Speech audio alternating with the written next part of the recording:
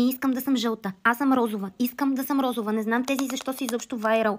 Правят ме жълта. Искаш да пробваш нови фондютени, но избора на правилния нюанс буквално те плаши. Спокойно и аз съм така. Но намирането на правилния нюанс всъщност е доста по-лесно, отколкото си мисли. Първото важно нещо при избора на корейски фондютен е подтона на кожата ти. На нашия сайт сме направили тест, с който буквално за 3 минути можеш да разбереш какъв е твоя подтон. Може да си със студен, неутрален или топъл. В случая аз съм с студен подтон, така че търся фондютени с буквичката C пред числото. Почти всички фондютени са направени по този начин. Отпред има буква, която показва какъв е подтона на този нюанс. C е за студен, N е за неутрален и W е за топъл подтон. И също така, колкото по-голям става номера на фондютена, толкова по-тъмен става и той. И вторият начин е чрез фондютен, който ти вече използваш и знаеш, че ти пасва добре. Това, което трябва да направиш, е да го напишеш в този сайт горе. И по този начин ще ти излезнат всички други фондютени, които мачват добре с твоя фондютен. Например, на фондютените на Clio аз съм 2,5 Ivory, но на фондютените на Unleashed съм 21N.